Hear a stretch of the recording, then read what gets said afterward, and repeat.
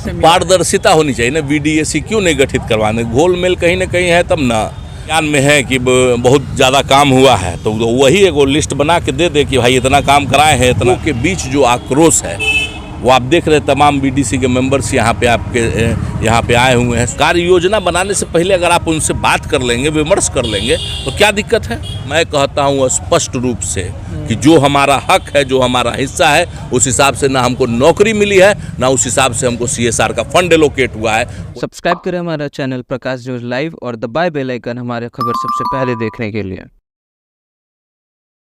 कांटी प्रखंड के प्रमुख कृपाशंकर शाही के नेतृत्व में आज एक प्रतिनिधि मंडल ने मुजफ्फरपुर डीएम सुब्रत कुमार सेन से मुलाकात की। आपको बता दें कि यह वजह जो है एनटीपीसी से जुड़ा हुआ है। वही आपको बता दें कि CRS मद को लेकर लगातार जो विकास कार्य कांटी प्रखंड में हो रहे हैं उसको लेकर उन्होंने सवाल खड़ा कर दिया है। उनका साफ तौर पे कहना है कि कांटी प्रखंड में कोई विकास कार्य एनटीपीसी के द्वारा नहीं हो रहा है। साथ ही साथ एक ज्ञापन मुजफ्फरपुर के डीएम सुब्रत कुमार सेन को सौंपा है जिसमें कई बड़ी बातों को लिखा गया हुआ है। उसमें साफ तौर पे बताया गया कि कांटी प्रखंड के CRS फंड से जितने भी विकास कार्य होने वाले थे यहां पर नहीं हो रहा है। साथ ही आपको बता दें कि लगातार इसको लेकर काफी सियासी पारा जो है ठंड के बीच बढ़ा हुआ है। और तस्वीरें अभी आपको मुजफ्फरपुर समाहरणालय से अभी आपको लाइव फुटेज दिखा रहे हैं जहां पर देख सकते हैं दर्जनों जनप्रतिनिधि के साथ कांटी के प्रमुख कृपाशंकर शाही ने मुलाकात किया है। वही मुलाकात करने के बाद क्या कुछ बोल रहे हैं एनटीपीसी के संदर्भ में कांटी प्रमुख कृपाशंकर शाही, खुद सुन लीजिए। जिलाधिकारी महोदय से जैसा कि लगातार हम विगत वर्षों से लगातार इस प्रश्न को उठाते रहे हैं कि एनटीपीसी एक संयंत्र जो कांटी क्षेत्र में बना है तो उसका फ़ायदा जो वहाँ के स्थानीय लोगों को होना चाहिए था वो मिल नहीं पाया है। तो उसके लिए लगातार मैंने बात विभिन्न स्तरों पर रखने का काम किया है और यह सालों से यह प्रक्रिया जो है चली आ रही है और लोग कहीं ना कहीं उनका जो धैर्य है वो धैर्य समाप्त हो रहा है।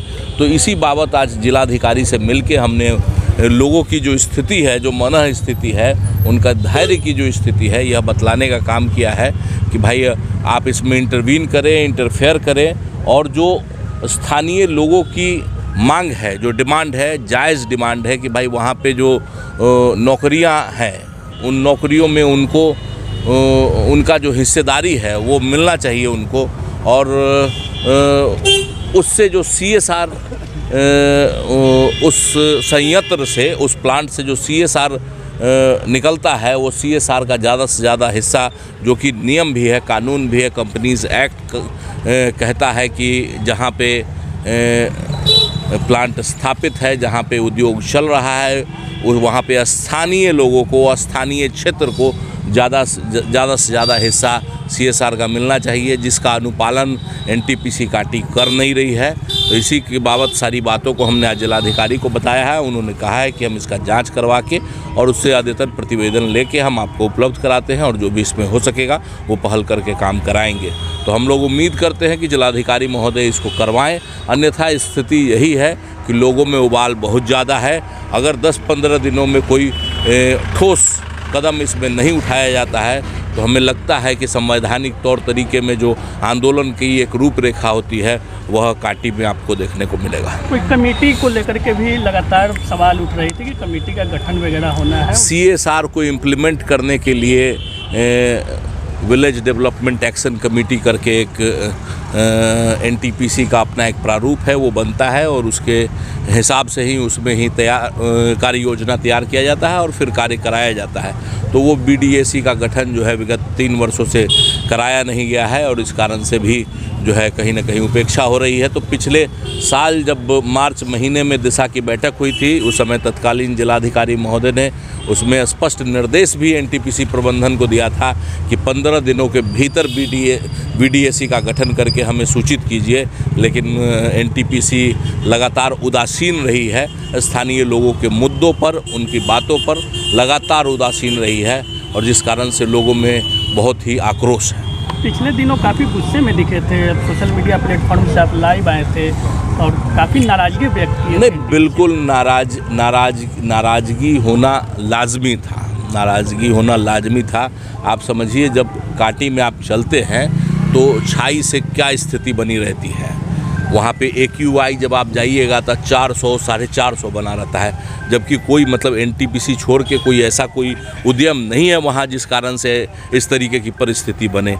ऊपर से यह छाई का जो घोल मोल चलता है, उस छाई के घोल मोल के कारण वो जो स्थिति बन जाती है वहाँ की कांटी की, स्थानीय क्षेत्र में कृषि को कितना नुकसान पहुँचा है।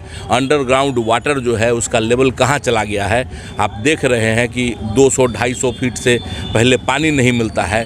तो आप बहुत सारे जो पहले, अब शीशम आप हमारे यहाँ नहीं देख सकते हैं, लीची के फसल को नुकसान हो रहा है, पपीता तो ख़त्म ही हो गया। तो बहुत तरीके की परेशानियाँ आई हैं। तो हम मतलब जो तकलीफ़ें हैं वो हम झेल रहे हैं, लेकिन अगर उससे कुछ फ़ायदा होने वाला है तो वो कहीं और चला जाए, तो यह तो मतलब कहीं ना कहीं अन्याय है। और अन्याय, स्थानीय विधायक बैठक किए थे CRS फंड को लेकर, उनके द्वारा साफ तौर पे कहा गया कि विकास तो हो रहा है CRS। आप कह रहे हैं कि CSR फंड का कोई उपयोग क्षेत्र में नहीं होता, वही विधायक आपके कहते हैं कि उसका इम्प्लीमेंट क्षेत्र में किया जा रहा है। तो मतलब अब उनको ज़्यादा दिखाई दे रहा होगा, हमारे नज़र में नहीं है, उनके संज्ञान में होगा तो हम नहीं कहेंगे। हम तो पिछले जितना भी CSR का इनका रिपोर्ट है वो भी हम रिपोर्ट हाल फिलहाल में इस निर्णय में आने से पहले, लोगों से बात करने से पहले, लोग जब आए मेरे पास तो हमने CSR की इनकी रिपोर्ट देखी। पिछले 3 वित्तीय वर्षों में जो इन्होंने काम किया है मुजफ्फरपुर में वो हमने देखा है। उसके बाद फिर यह निर्णय लिया है। बहुत ज़्यादा उपेक्षा हो रही है हमारे लोगों की, हमारे क्षेत्र की, इस कारण से हमने यह निर्णय लिया है। विधायक जी उपलब्धियां गिना रहे हैं लगातार कि छठ घाटों का निर्माण से लेकर के, सड़क का निर्माण से लेकर के, स्कूल में डेस्क बेंच वगैरह क्या क्या वो कह रहे हैं कि CSR फंड से। पारदर्शिता होनी चाहिए ना। VDAC क्यों नहीं गठित करवाने? घोल मेल कहीं ना कहीं है तब ना, पारदर्शिता क्यों नहीं है? मान लीजिए उनको, उनके संज्ञान में है कि बहुत ज़्यादा काम हुआ है तो वही एक लिस्ट बना के दे दे कि भाई इतना काम कराए हैं, इतना जो अथी है। वकील, अगर वही वकील हैं उसके तो दे दें। शीतलहर को लेकर के कंबल वितरण में भी आपने कहा था लाइव में आकर के कि खास लोगों को दिया जा रहा है। तो मतलब खास लोगों को तो दिया ही जा रहा है ना। आप नहीं देख रहे क्या कि किस लोगों को दिया जा रहा है? खास लोगों को दिया जा रहा है। बीच में नहीं पहुंच पा रहा है कंबल, कार्यकर्ताओं के बीच में पहुंच रहा है। मतलब कंबल, आप समझिए, कंबल किसको आवश्यकता है? जिसकी क्षमता नहीं है कंबल खरीदने के लिए, तो पहले तो उसको आवश्यक है ना। जिनके पास है वो एक्स्ट्रा बेड पर बछाने के लिए, गर्म करने के लिए ले जा रहे हैं, तो यही ना हो रहा है। जिनको नहीं है उनको नहीं है। आगे क्या कदम होगा? आगे बिल्कुल एकदम स्पष्ट हम लोगों का निर्णय है। हमारा नहीं, लोगों के बीच जो आक्रोश है वो आप देख रहे हैं। तमाम BDC के मेंबर्स यहाँ पे आए हुए हैं, सब लोगों में आक्रोश है। मान लीजिए हम अभी गए थे बाहर ट्रेनिंग में, वहाँ देखा किस प्रकार CSR का फंड पंचायती राज के कार्य योजना के साथ इन्वॉल्व होता है। कहाँ क्या ज़रूरत है वो स्थानीय प्रतिनिधियों से ज़्यादा कौन जानता है? पंचायत के प्रतिनिधियों से ज़्यादा कौन जानता है कि कहाँ क्या चीज़ है? कार्य योजना बनाने से पहले अगर आप उनसे बात कर लेंगे, विमर्श कर लेंगे, तो क्या दिक्कत है?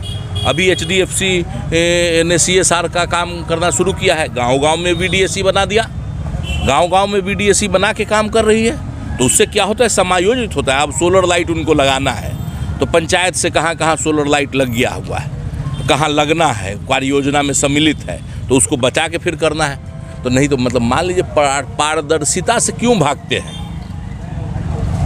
और काम नहीं हुआ है। मैं कहता हूँ स्पष्ट रूप से कि जो हमारा हक है, जो हमारा हिस्सा है, उस हिसाब से ना हमको नौकरी मिली है, ना उस हिसाब से हमको CSR का फंड एलोकेट हुआ है।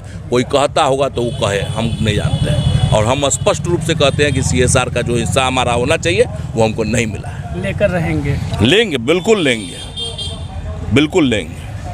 बात नहीं मानी गई तो आगे आंदोलन की भी रणनीति? बिल्कुल बिल्कुल, संविधान हमें ताकत देता है कि हम अपनी बातों को किस प्रकार लोगों से मनवाएं। हम संवैधानिक रास्ते से जाएंगे और लेके रहेंगे। कि आपने साफ तौर पे सुना कि बड़ा जो है उन्होंने चेतावनी दिया है। उन्होंने साफ तौर पे कहा कि 15 दिनों के अंदर में सीआरएस फंड से जुड़ा हुआ सभी चीजों को नहीं बताया जाता है, लोगों के बीच में नहीं जाता है, काम नहीं होता है, तो हम बड़ा आंदोलन करेंगे। और ऐसी तमाम खबर अपडेट जो है प्रकाश लाइव दिखाते रहेगा। आगे क्या कुछ इसमें अपडेट आता है वो भी आपको दिखाएंगे। ऐसी तमाम खबर अपडेट जो है देखते रहिए। तब तक याद दीजिए, जय हिंद, जय बिहार।